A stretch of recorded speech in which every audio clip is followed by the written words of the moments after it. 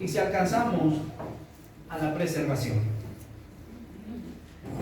Cuenta la historia de un ex oficial de seguridad llamado Van der Broek, quien fue juzgado por un crimen horrible que cometió en Sudáfrica. Durante la época posterior a un tiempo difícil, una noche llegó a la casa de una familia de gente de color, se llevó a su hijo y le disparó a boca de jarro y luego quemó su cuerpo mientras él y un grupo de amigos estaban de fiesta.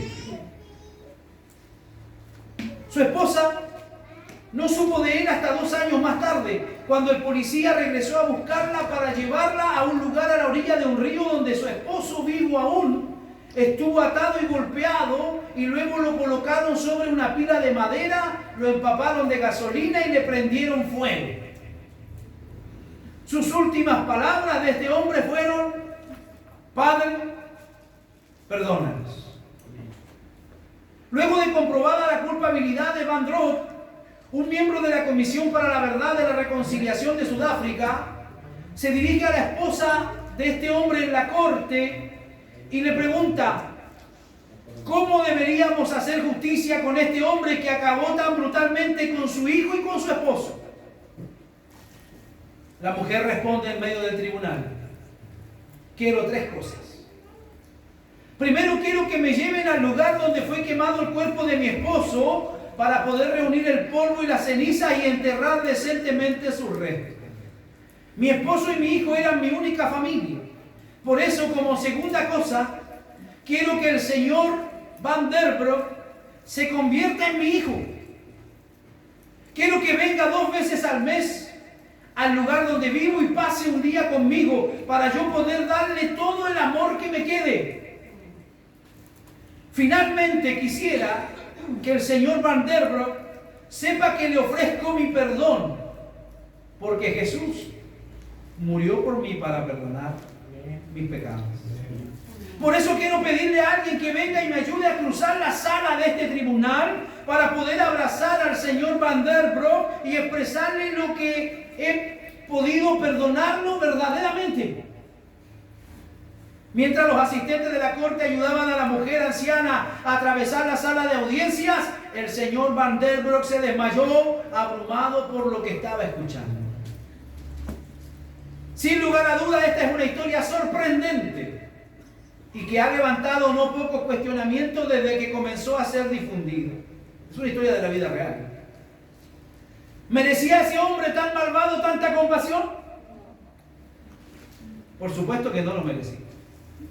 Pero como bien señala el escritor Chaper, esta historia plantea otra pregunta no menos importante. ¿Qué puede motivar a alguien a ofrecer un perdón como el de esta mujer?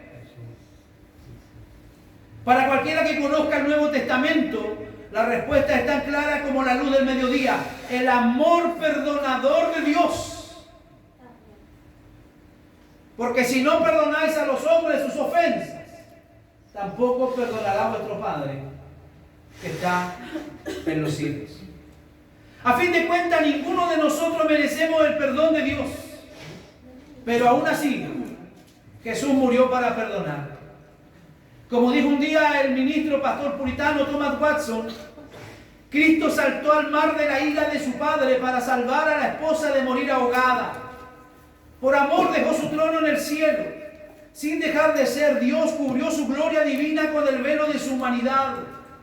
Vino a la tierra a formar y ser parte de una servidumbre. Sufrió el rechazo de sus propias criaturas.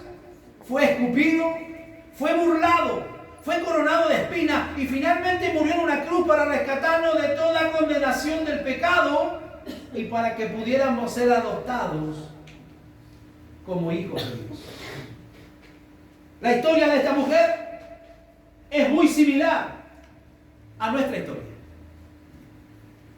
Cada uno de nosotros ha transitado por la vida haciendo daño, defraudando, traicionando, engañando, pecando de una manera empedernida. Lo más que podíamos hacer era pecar. Pero aún así, el Señor decide en su misericordia perdonar todas nuestras faltas, porque nuestro destino era el infierno. Ese era nuestro destino. Desde el niño que nace hasta el viejo que muere, todos están bajo pecado. Pero Jesús, al igual que esta mujer, decide ir a la cruz. ¿Para qué? Para regalarnos la salvación.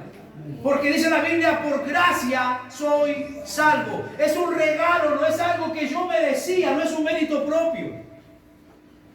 De tal manera que Jesús murió para que nosotros podamos ser adoptados como hijos. Vaya a Romanos capítulo 8, verso 15. Este es un aspecto de nuestra salvación que sigue lógicamente a la justificación. Una persona puede haber cometido un crimen y ser encerrada durante años en una institución penal. A los ojos de la sociedad será un criminal perdonado cuando cumpla su condena. Sin embargo, cuando Dios te justifica, no nos ve únicamente como pecadores perdonados, sino más bien nos ve como individuos justos que hemos cumplido perfectamente su ley moral. ¿Quién la cumplió por nosotros? Cristo.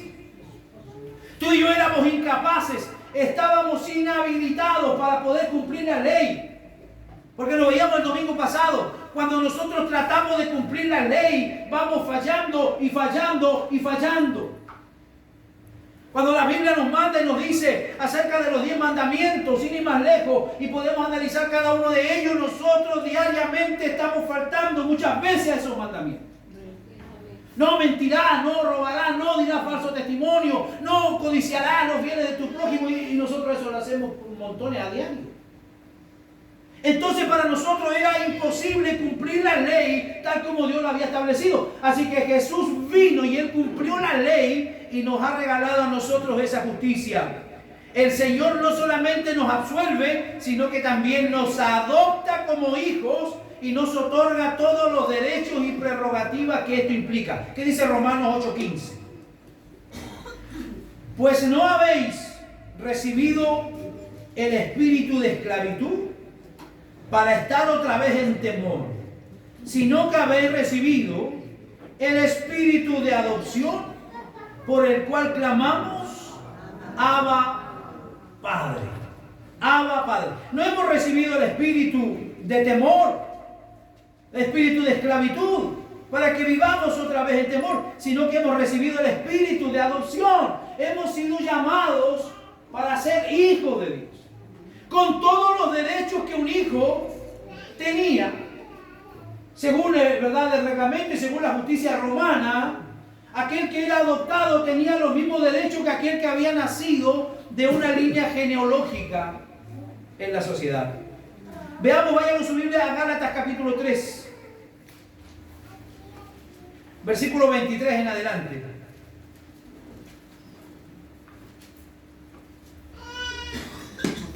Gálatas 3:23. Pero antes que viniese la fe, estábamos confinados bajo la ley. O sea, estábamos condenados, encerrados para que aquella fe que iba a ser revelada. De manera que la ley ha sido nuestro ayo para llevarnos a Cristo, a fin de que fuésemos justificados por la fe. Pero venida la fe ya no estamos bajo ayo, pues todos sois hijos de Dios por la fe en Cristo Jesús. Todos somos hijos de la fe. Cuando la palabra aquí habla del término ayo, el término ayo tiene que ver y está relacionado con la palabra griega paidagogo. Y paidagogo era una especie de siervo que estaba encargado del cuidado de los hijos del amo. El amo ponía al paidagogo para que él cuidara de sus hijos, los llevara donde ellos querían ir, los educara y a veces hasta los corrigiera. Hasta que los niños tenían la edad adolescente, eran entonces insertados en la comunidad y el paidagogo dejaba de ser el guía de los niños. La Biblia habla de ayos y está diciendo que la ley para nosotros era una especie de paidagogo. La ley nos tomó y nos trajo hacia Cristo. La ley nos toma y la ley nos muestra los pecadores que somos y nos deja frente a Cristo para que no tengamos otra opción que reconocer la deidad y la autoridad y reconocer que necesitamos la ayuda de Cristo. Porque en la medida en que el ser humano va conociendo a Dios y en la medida que el ser humano se va santificando, va dándose cuenta del nivel de pecador que era. Antes de eso es imposible. Antes de eso usted puede creer y pensar que es una buena persona, no le hago mal a nadie, ayudo a la gente, soy buen chato, trato de portarme bien. Pero realmente el pecado que mora en nosotros manifiesta cuán pecadores somos cada uno de nosotros. Así que la adopción puede definirse como un acto legal. ¿Qué es la adopción? Un acto legal, por pura gracia, a través del cual Dios confiere a pecadores perdonados el estatus de hijos. Al igual como hizo esta madre de la historia. A ella le mataron al esposo, le mataron al hijo, quedó sola en la vida. ¿Pero qué hace ella? Al mismo criminal que mató a su hijo, ella lo invita para que él ahora sea su hijo. Muy similar a la realidad que ocurre en la persona de Jesús. Muchos de los que gritaban, crucifíquele, crucifíquele, luego conocen el Evangelio, se arrepienten y ahora los mismos que le crucificaron son llamados sus hijos. A través de Dios se confiere el perdón de los pecados y aunque depende de la regeneración de Dios, no debe confundirse con ninguna de las dos. El teólogo Murray dice: la justificación significa nuestra aceptación para con Dios y el otorgamiento del derecho a la vida eterna. Eso hace la justificación. Pero la regeneración es la renovación de nuestros corazones según la imagen de Dios. Pero por sí mismas estas bendiciones son preciosas para nosotros y son necesarias, porque indican lo que se confiere mediante el acto de adopción. Por adopción los redimidos llegan a ser hijos e hijas de Dios Todopoderoso y son introducidos y reciben los privilegios de la familia de Dios. Con el acto de la justificación, con el acto de la adopción, ahora pasamos a ser originalmente y legalmente hijos de Dios. A todos los que creen, dice la Biblia, en su nombre, les dio la oportunidad y la autoridad de ser hechos hijos de Dios. Más allá y fuera exento de cualquier sacrificio. Ojo, esto es solamente por fe y para fe. Solo por fe. Porque si nosotros pusiéramos nuestras acciones y si nosotros pusiéramos nuestras actitudes ante Dios, no son más que trapos de inmundicia. Pero la salvación viene como un regalo de parte de Dios. Nadie puede llegar a ser un hijo de Dios a menos que Él lo adopte. El único hijo no adoptado de Dios es Jesús, el Hijo de Dios. Todos los demás son suyos por adopción. Todos son adoptados. Desde nuestros patriarcas hasta el último que entre en el grupo de la salvación. Por eso Romanos 8:15 dice: no haber recibido el espíritu de esclavitud para estar otra vez en temor, sino que haber recibido el espíritu de adopción por el cual clamamos Abba Padre. El término Abba es una palabra que los niños podían balbucear. No es una palabra tan formal para poder ser traducida, pero dicen los historiadores que la palabra Abba significa o tiene una semejanza a papito lindo o papito bueno. Es lo que dice la Biblia. Ahora que somos hijos de Dios por adopción, tenemos la libertad de poder dirigirnos a Dios como nuestro Padre. Antes nos dirigíamos a Dios como el Dios entronizado, como aquel Dios que me está juzgando, como aquel Dios que está viendo mis pecados, como aquel Dios lejano que está viendo mis maldades. Pero una vez que nosotros hemos sido llamados a ser hijos de Dios, ahora vemos a Dios como nuestro Padre, porque nuestra relación ha sido puesta de una manera correcta. Ya no lo vemos a Él con temor, ya no nos da pavor, ya no nos da pánico. Si hoy no pecamos, ¿es por qué? Porque le respetamos. No por miedo, no por pánico. Oh, que Dios me va a caer un rayo si yo hago. No. Si no pecamos es porque lo amamos. Es porque nos sentimos agradecidos. Es porque lo que se hizo por nosotros fue tan grande. Así que es la expresión que usó el Señor en el huerto de Getsemaní. Pablo se había referido poco antes al Espíritu Santo como el Espíritu de Cristo. ¿Qué dice Gálatas capítulo 4, versos 4 al 6, lo que leímos? Cuando vino el cumplimiento del tiempo, Dios envió a su Hijo, nacido de mujer y nacido bajo la ley, para que redimiese. ¿Qué significa redimir? Comprar. ¿Para qué vino Jesús? Para comprar, para pagar a los que están bajo la ley, a fin de que recibiéramos la adopción. Y por cuanto sois hijos, ¿qué es lo que hizo Dios por cuanto sois hijos? Envió a vuestros corazones el Espíritu de su Hijo, el cual clama, Abba, Padre. ¿Cómo sabe y cómo reconoce Dios a sus hijos? ¿Por la forma en que nos vestimos? ¿Por la Biblia que tenemos? ¿Cómo reconoce Dios a sus hijos? Porque Dios envió a vuestros corazones el Espíritu de su Hijo. Y en otra parte Pablo dice que es el Espíritu Santo el que da testimonio de que somos hijos de Dios. Por eso es que la gente muchas veces dice, este vecino tiene algo especial. Y lo muestran a ustedes del almacén y se quedan conversando con la vendedora ahí, porque eso pasa siempre. Este vecino tiene algo especial, yo no sé qué es. Pero no es la buena facha que usted tenga o la pinta que usted tenga, ¿verdad? Sino que lo hace a usted especial es Cristo que mora en usted. Y eso cae en gracia en muchas personas. Tiene algo especial, tiene un no sé qué, dice la gente. Bueno, es el Espíritu de Dios. Y el Espíritu de Dios da testimonio de que somos hijos de Dios. Entonces, cuando nosotros nos sentamos a conversar como familia porque somos hermanos. Somos hermanos en la fe. Somos hijos de un mismo Padre. ¿Por qué yo tendría que tener temor de conversar con usted? ¿Por qué yo no podría tener sinceridad para hablar con usted si somos hijos de un mismo Padre? Ahí se refiere, eso dice que el Espíritu da testimonio de que somos hijos de Dios.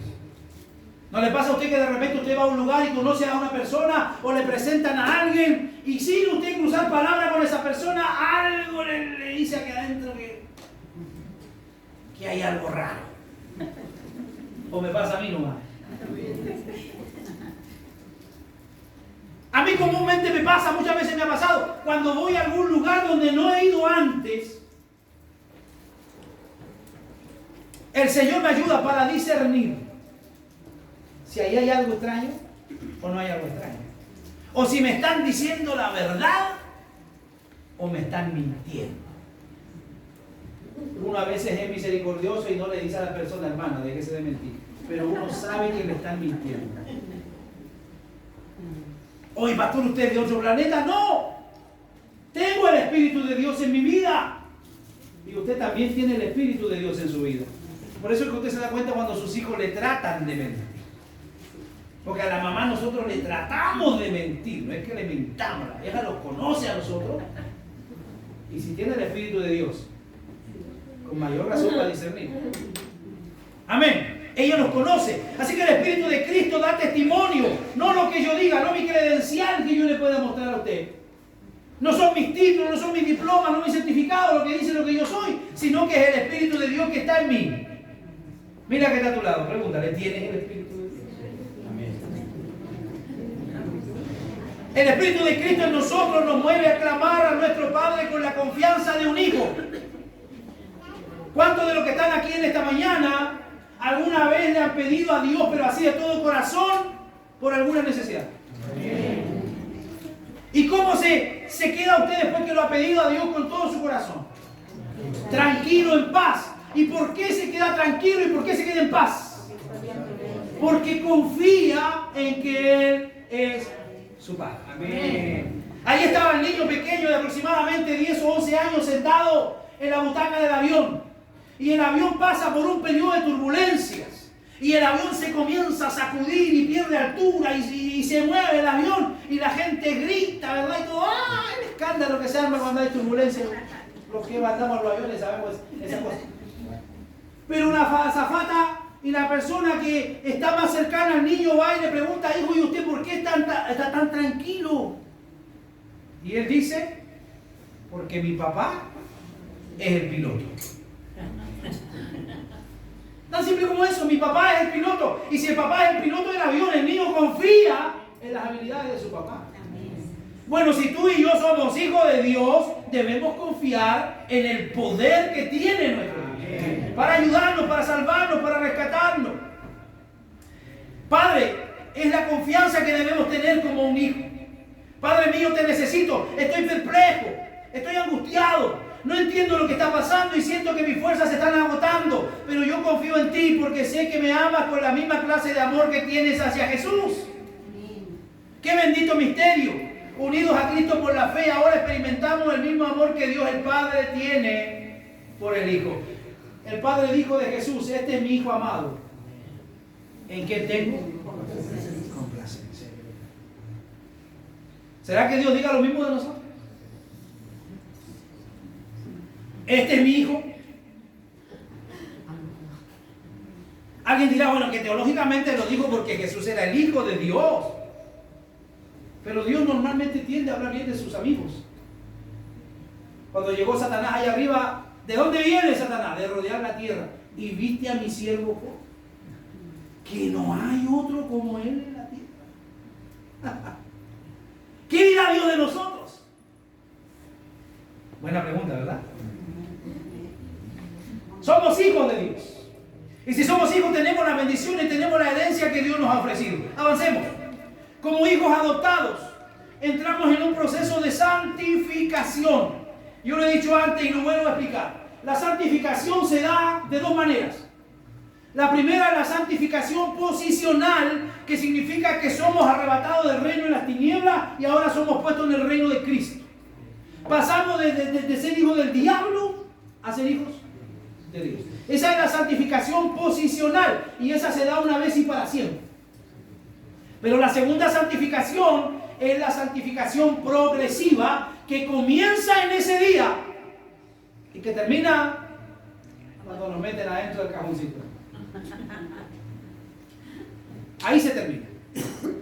Antes de eso vamos a pelear, a luchar, a batallar por nuestros pecados todos los días de nuestra vida. El que diga que no ha pecado, dice la palabra, es mentiroso y está diciéndole en su cara a Dios que es mentiroso. De alguna manera. ¿Por qué? Porque cada uno de nosotros falla y peca. Aunque la doctrina de la santificación es central en el Evangelio, debemos hablar de la santificación de manera progresiva. El Nuevo Testamento también reconoce la realidad de que el creyente en Cristo, que ya ha sido santificado, se encuentra inmerso en un proceso de transformación gradual. Dígale que está a su lado, tenme paciencia.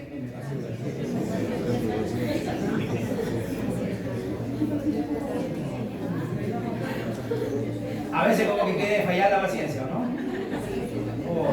Mira al hermano que está a su lado, a veces no. A veces nos colma la paciencia.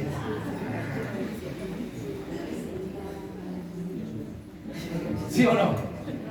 Porque quisiéramos que todo el mundo cambiara así de manera radical.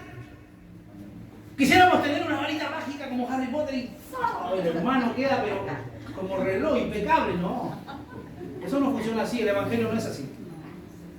En el Evangelio vamos progresando y vamos cambiando de manera gradual. Así que si hay algo que tenemos que tener a los hermanos es paciencia. ¿Para qué? Para que el Señor siga haciendo la obra en su vida. Se encuentra inmerso el cristiano en un proceso de transformación gradual, por medio del cual está siendo conformado cada vez más a la imagen del pastor. Están despiertos. ¿A la imagen de quién somos transformados? A la imagen de Cristo. Ojo con eso. A la imagen de Cristo es como nosotros tenemos que ir siendo transformados.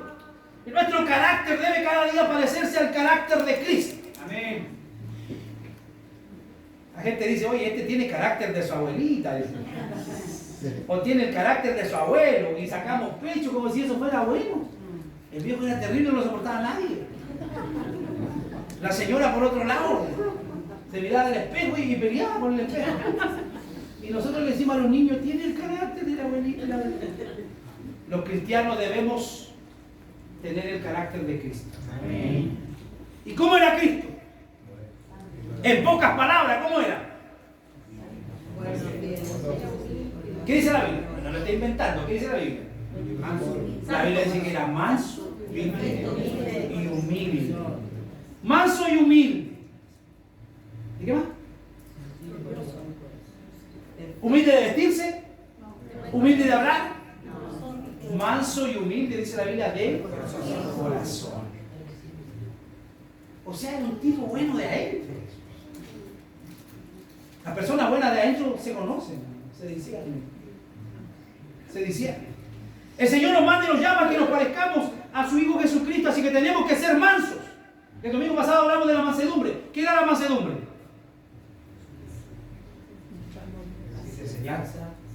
¿Qué era la mansedumbre? Alguien que se deja enseñar. Alguien que se deja enseñar. Tan simple como eso. Alguien manso es alguien que se deja enseñar. No que te, oh, sí, eso yo ya lo sé. Lo que el pastor predicó hoy día, eso yo ya lo sé. Estas personas no terminan aprendiendo nunca. Porque aunque estemos viejitos, siempre hay algo que podemos aprender. Así que Dios nos ayude a parecernos. Pablo se refiere a los creyentes en Corinto como los santificados en Cristo Jesús, pero al mismo tiempo dice que ellos fueron llamados a ser santos. Vaya a 1 Corintios 1:2.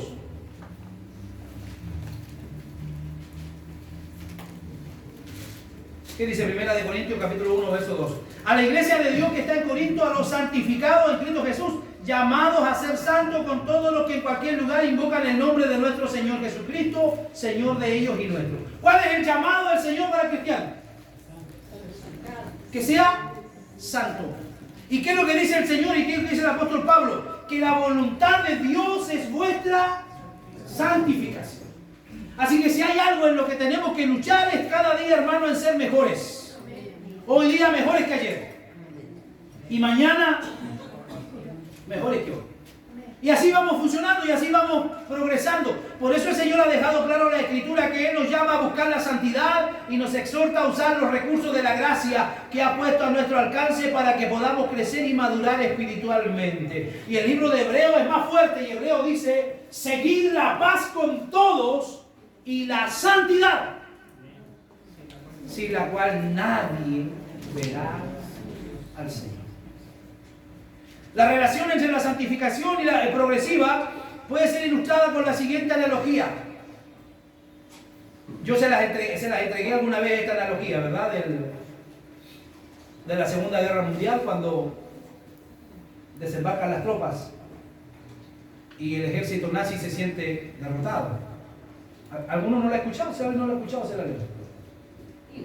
El desembarco de las fuerzas aliadas en las playas de Normandía durante la Segunda Guerra Mundial, el 6 de junio de 1944. Ese fue conocido como en la historia como el día D. Selló la derrota de Hitler y de la Alemania nazi. ¿Podríamos decir que la Segunda Guerra Mundial se decidió ese día? Sin embargo, el día B, o el día de la victoria, llegó hasta después, en el 7 de mayo de 1945. O sea, pasaron 11 meses. 11 meses se pelearon las batallas más sangrientas de toda la guerra en Francia, Bélgica y Alemania. Y aunque el enemigo estaba mortalmente herido, todavía continuó haciendo mucho daño por algún tiempo. ¿Se entiende eso? El día D y el día B. El día D cuando desembarcan las tropas de Normandía y Hitler se ve acorralado y ya se siente derrotado. Pero el día B llegó 11 meses después, cuando realmente las tropas tomaron control de ese lugar. Ahora, si aplicamos esa analogía a la vida cristiana, entonces podemos decir que la cruz de Cristo fue el día D para nosotros, debido a que nuestros pecados ya fueron cargados sobre Él en la cruz de Calvario, y por eso no tenemos cuentas pendientes ante el tribunal de Dios. Nosotros hemos sido libertados definitivamente de la esclavitud del pecado y del poder del diablo en nuestra vida, pero todavía no hemos llegado al día B. ¿Se entiende? El enemigo sintió un golpe fuerte, fue derrotado en la cruz del Calvario, pero él sigue haciéndonos la lucha, la batalla y la guerra todos los días. Aun cuando él ya sabe que está derrotado. Porque la Biblia dice que el Señor triunfó sobre ellos en la cruz del Calvario, grabando el acta de los decretos que nos era contraria. Así que, ¿qué nos dice? El día B aún no ha llegado. Ya sabemos cuál será el resultado de la guerra.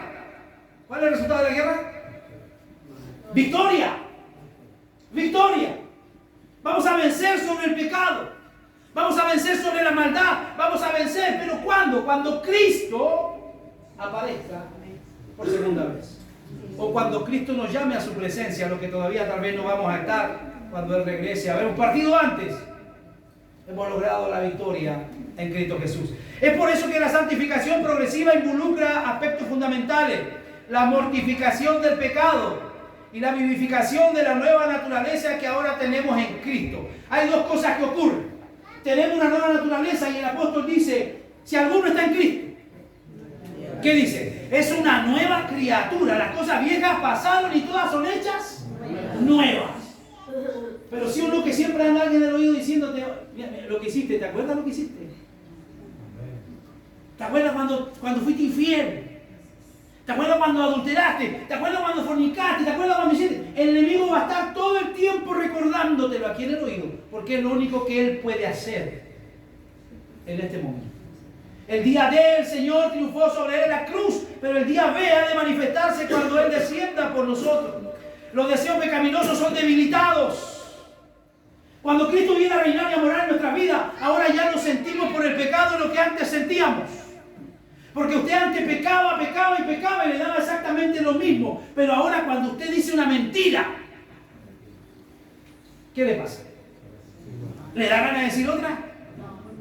No, pues entonces no se ha convertido, pues, si le da ganas de decir otra. Pero si usted ha mentido y usted se siente mal y si siente que ha fallado, tiene que caer en su rodilla y pedir perdón, es porque Dios está trabajando en su vida.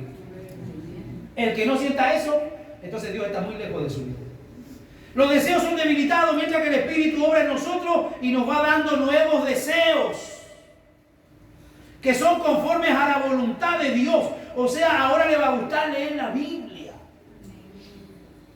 La gente dice que yo, pastor, tomo la Biblia, no entiendo nada. Pídale al Señor. La Biblia dice, si alguno tiene falta de sabiduría, pídala a Dios, el cual le dará un poquito, dice.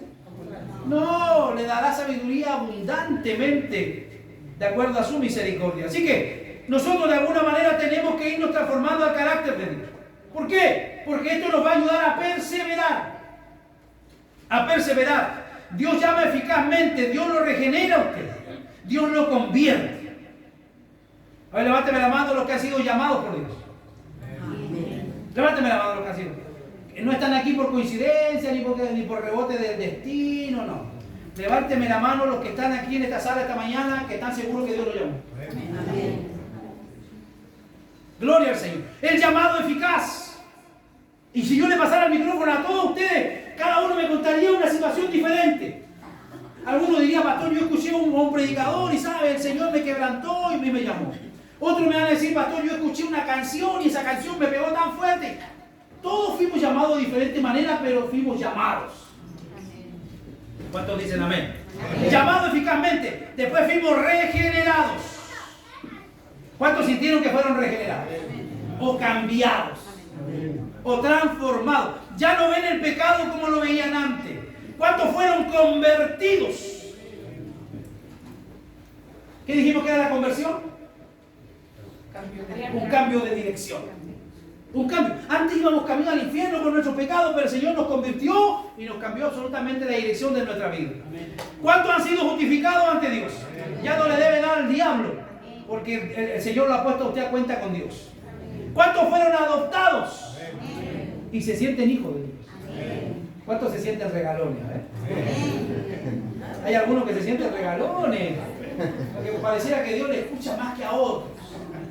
No, Dios no tiene regalones, no sé por qué pasarán esas cosas, pero Él no tiene regalones, valemos todo lo mismo. Cuando se trata de salvación, Pablo fue claro, dijo que cuando se habla de salvación ya no hay judío, ni griego, esclavo o libre, varón ni mujer, porque todos son uno. En Cristo Jesús. Amén. Así que, ¿qué más ocurre? Nos santifica. Y nos santifica significa que nos va transformando y nos va ayudando a vencer el pecado. Usted ya no ve el pecado de la misma manera que lo veía antes. Y también lo preserva en su fe hasta llevarlo seguro a su presencia. Lo que hoy está ocurriendo es que estamos perseverando. Yo persevero persevero. ¿Por qué? Porque soy salvo. Usted no persevera para ser salvo. Entienda el intercambio de palabras. El cristiano persevera porque es salvo y no persevera para ser salvo. Usted dirá, tal vez está clarito, sí, pero hay hermanos que no lo tienen clarito. Hay iglesias donde la gente hace 1000 cosas para que se crean y se sientan salvos. Que hoy día toca ayuno, y si no hago el ayuno parece que fallé al Señor, y que mañana toca ir allá, y que pasado toca hacer esto, y se llevan una vida entera así, una vida religiosa, y pareciera que nunca se sienten seguros de que están agradando a Dios. Le pasaba a Martín Lutero. Lutero se autoflagelaba. Lutero llegaba a su recinto, a su cámara secreta por la noche, y él decía, fallé, mentí, pensé mal, y entonces se comenzaba a flagelar porque no podía agradar a Dios hasta que él entendió que el justo por la fe vivirá. Entonces, hermanos, si nosotros perseveramos es porque somos salvos. Bendito, 1 Pedro 1, del 3 al 5.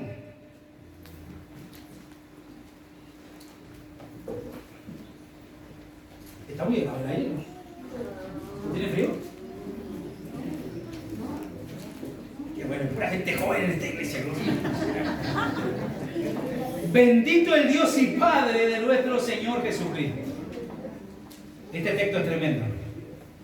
Que según su grande misericordia nos hizo renacer. ¿Para qué nos hizo renacer? Para una esperanza viva. ¿Cómo es nuestra esperanza? Viva. ¿Cuántos aquí están seguros que si hoy se mueren van a vida eterna? Amén. ¿Hay alguien que piense que no hay vida eterna? Oh, esa es nuestra esperanza. Esperanza segura de salvación. Por la resurrección de Jesucristo de los muertos. ¿Para qué lo hizo? Para una herencia incorruptible, incontaminada, inmarcesible, reservada en los cielos para vosotros que sois guardados. ¿Por qué somos guardados? Por el poder de Dios mediante la fe. O sea que si yo me paro, hermano, frente al diablo, yo no le duro a él ni un round. Pero lo que a mí me hace permanecer, ¿qué dice el texto? Que somos guardados por el poder de Dios. Y es por eso que cuando la gente se empieza a alejar de congregarse, la gente se empieza a dejar de orar, la gente empieza a dejar de leer la Biblia, entonces el enemigo le da como hongo en fiesta. Porque los medios de gracia son los que a nosotros nos hacen perseverar, nos hacen permanecer. Soy guardado por el poder de Dios mediante la fe, para alcanzar la salvación que está preparada para ser manifestada en el tiempo posterior. En primer lugar, Pedro nos dice que nuestra herencia está segura y está reservada en los cielos. ¡Wow! Allá nos roban, hermano. Tu herencia está reservada y está bien guardada allá. Tu corona está reservada y está bien guardada en presencia del Señor.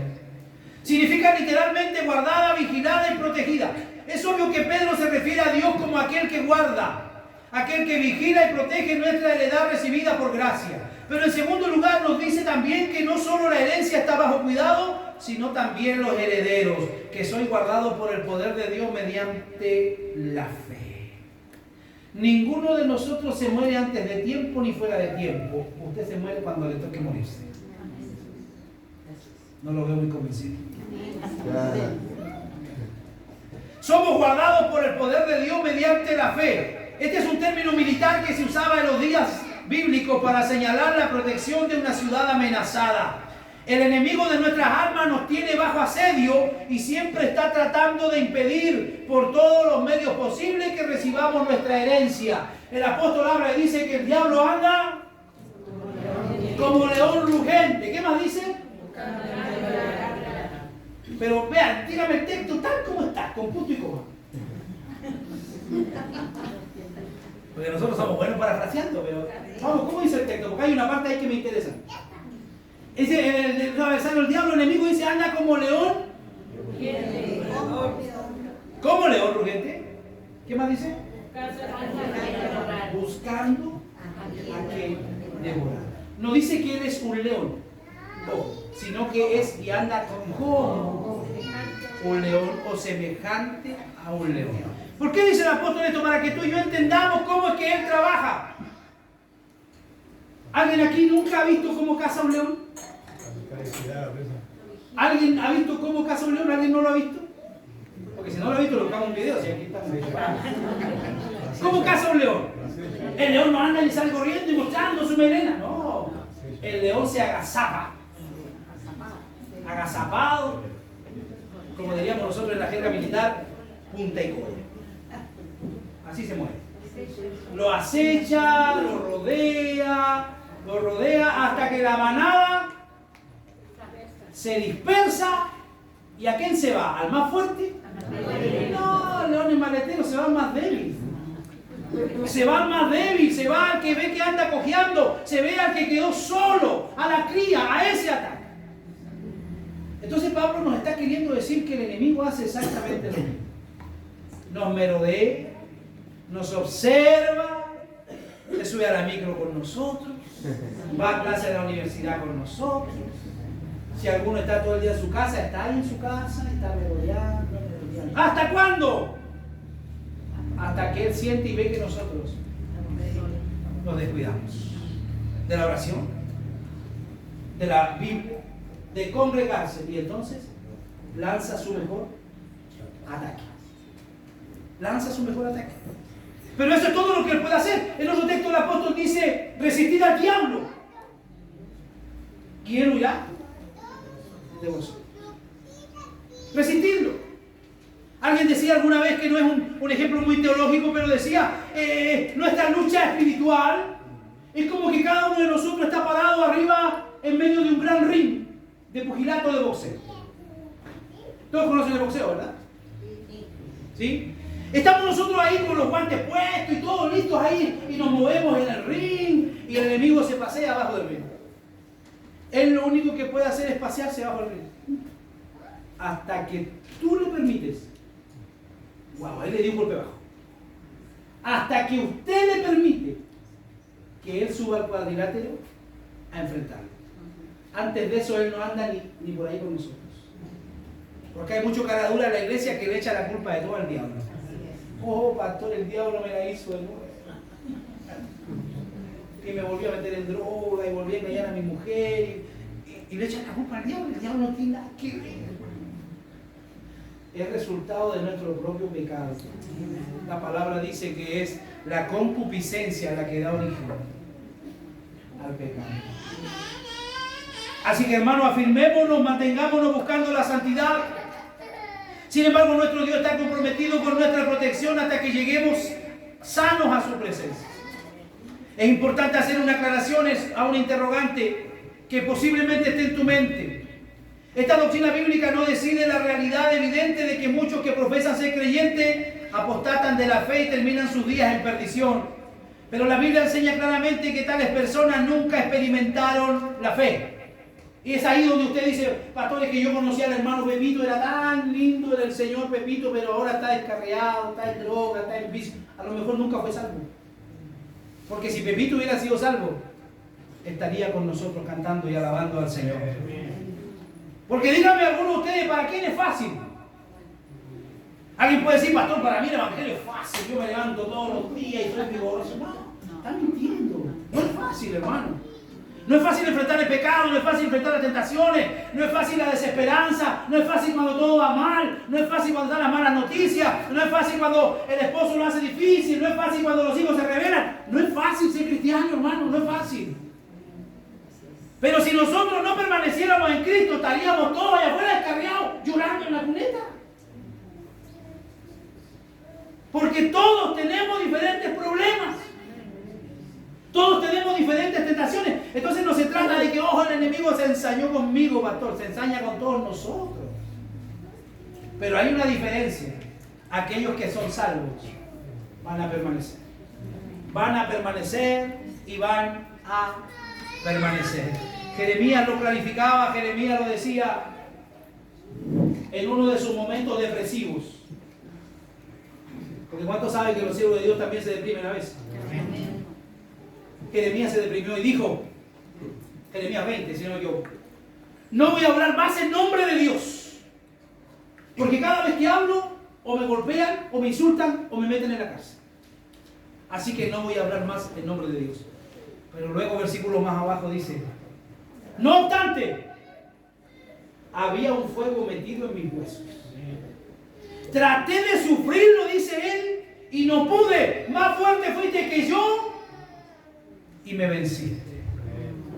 Cuando el fuego de Dios, cuando el Espíritu Santo de Dios está metido en nuestros huesos, en nuestra vida, por muy aproblemados que estemos y por muy derrotados que nos sintamos, no vamos a poder dar marcha atrás. Amén. Vamos a avanzar más lento, sí. Vamos a cojear un poco, sí.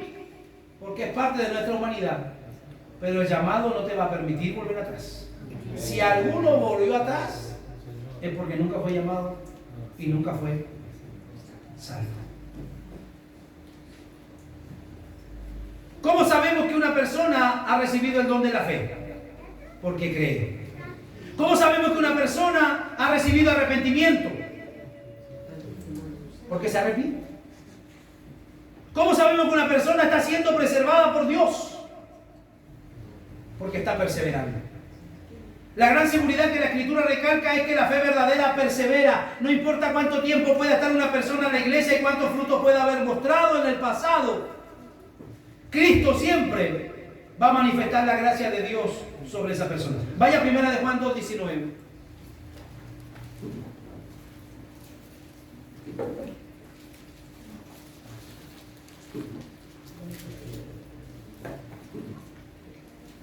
¿Qué dice? Salieron de nosotros, hablando de lo que le he estado citando.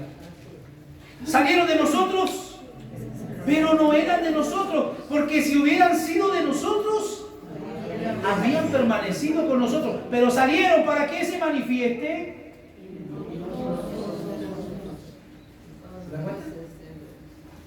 ¿Salieron para qué? Para que se manifieste que no todos son de nosotros. Los creyentes, en cambio, perseverarán hasta el fin, porque Cristo y el Padre nos tiene asido en sus manos.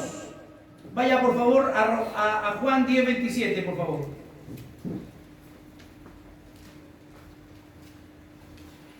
Me queda el último punto de esa cosa terminando. ¿Hay alguien apurado? No, qué bueno. Juan 10:27. Mis ovejas oyen mi voz y yo las conozco y me siguen. Y yo les doy vida eterna. A ver, esa parte de la bien clarita. Yo les doy vida eterna. No perecerá jamás, ni nadie las arrebatará de mi mano. Ese texto es decidor. Porque ahí de quién está hablando. Jesús está hablando de su Padre. Mis ovejas oyen mi voz, yo las conozco y me siguen. Y yo les doy vida eterna y no perecerán jamás, ni nadie las arrebatará de mi mano. Siga el verso siguiente, por favor. Mi Padre que me las dio. ¿Quién se las dio? El Padre. Es mayor que todos y nadie las puede arrebatar de la mano de mi Padre, porque yo y el Padre uno somos. ¿Cuántos se sienten seguros con ese texto? Amén. Vamos al último paso, la glorificación. La glorificación no solo es el paso final de Ordo Salutis, sino también la meta hacia la cual se mueve todo el proceso de la salvación. Es la culminación del propósito eterno del Padre que Él nos predestinó para ser escogidos antes de la fundación del mundo. Esta glorificación no actúa juntamente con la muerte del cristiano, ya que en ese momento su alma es perfeccionada. Pero su cuerpo queda en la tierra para atravesar un proceso de descomposición. Eso lo dice Génesis 3:19. El hombre vuelve al polvo de donde fue tomado. La transformación de nuestros cuerpos se hará realidad en la segunda venida de Cristo. Cuando Cristo regrese en gloria, contemplaremos y compartiremos su gloria. Vaya al 1 de Tesalonicenses capítulo 4, versículo 13 al 18.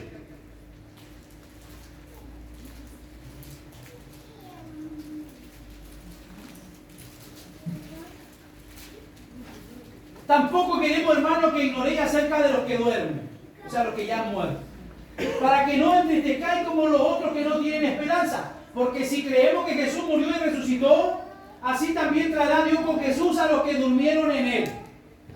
Por lo cual os decimos esto en palabra del Señor, que nosotros los que vivimos, que habremos quedado hasta la venida del Señor, no precederemos a los que durmieron. Porque el Señor mismo, con voz de mando, con voz de arcángel y con trompeta de Dios, descenderá del cielo, y los muertos en Cristo resucitarán primero. Luego nosotros, los que vivimos, los que hayamos quedado, seremos arrebatados juntamente con ellos en las nubes para recibir al Señor en el aire, y así estaremos siempre con el Señor.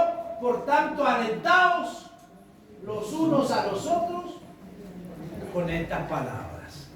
Estamos esperando ese glorioso día. Muchos lo van a vivir estando vivos y otros tal vez ya habremos partido. Los que habremos partido y estamos enterraditos y durmiendo, dice la Biblia que seremos levantados primero. Luego los que están vivos serán transformados y serán arrebatados. Esa palabra arrebatado ha sido muy mal interpretada por algunas doctrinas, pensando de que es algo secreto. No es algo secreto, es algo que va a ser público. Seremos arrebatados, vivos y muertos, y estaremos como se esperaba en el antiguo Occidente y en el antiguo Oriente. Cuando llegaba el emperador después de la guerra, cuando llegaba el rey después de la guerra y haber traído victoria, ¿qué hacía la gente del pueblo? ¿Han visto películas con ustedes? Sí. ¿Qué hacían? Salían de sus casas, lo esperaban en el camino, lo esperaban en la entrada. ¿Por qué? Porque ellos venían con un botín de guerra, habían triunfado. Y ahora ellos lo esperaban. Bueno, eso mismo va a ocurrir cuando Cristo vuelva por segunda vez. Vivos y muertos, cristianos, serán levantados y seremos arrebatados. Significa que nos vamos a recibir a Él y nos vamos a encontrar en el aire con el Señor. Así que usted, si le toca morir, muera tranquilo. Donde sea que usted esté sepultado, Dios lo va a levantar de allí. Y si a alguno le toca estar vivo, sígase santificando cada día más. Ahora somos personas comunes y corrientes delante de ojos del mundo incrédulo, pero nuestra afiliación con Dios será revelada en aquel día con todo su esplendor. Hoy día la gente dice, oh, los canutos y los evangélicos, y los miran a nosotros así como si fuéramos lo último de la sociedad. Pero el día en que Cristo venga y aparezca por segunda vez, nosotros vamos a tener una manifestación gloriosa. Amén. ¿Pero por qué? Porque el Señor así lo va a manifestar. El mundo contemplará con asombro quiénes somos en Cristo. Sin embargo, dice Pablo que debido a que Cristo es nuestra vida, cuando Él se manifieste, entonces vosotros también seréis manifestados con Él en gloria. No olvides que en esta tierra somos extranjeros. No haga raíces en esta tierra. No ame lo que de alguna manera, oh, mi casa, pastor, y mi negocio, y mi cuenta del banco. Porque hay gente que le cuesta morirse porque están pendientes de todas esas cosas. De alguna manera somos extranjeros. Digan, somos extranjeros. Y somos peregrinos en un mundo que no funciona como debiera. Pero sigue corriendo la esperanza que, haciendo la voluntad de Dios, proclamando el evangelio a un mundo perdido en su pecado y sirviendo a su pueblo, atesora las escrituras y atesora las promesas de Dios en tu vida.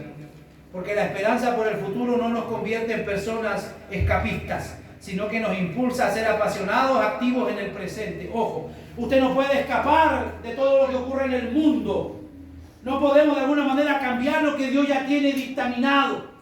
Dios ha dictaminado, Dios ha decretado todo lo que tiene que ocurrir. Pero yo no me puedo quedar sentado en la casa esperando que todas las cosas ocurran. Yo tengo que ser parte de esta sociedad. Tengo que poner mi parte que interesa. Tengo que ser luz. Y tengo que ser sal. No podemos ir a escondernos en la casa, poner la cabeza por la almohada, que se salve, quien se salve, que se pierda, quien se pierda. No, tenemos que seguir predicando. Tenemos que seguir siendo buenos cristianos. Y tenemos que seguir congregando y siendo mejores personas. Cierre sus ojos, me parece que me pasé de la hora. Tomen el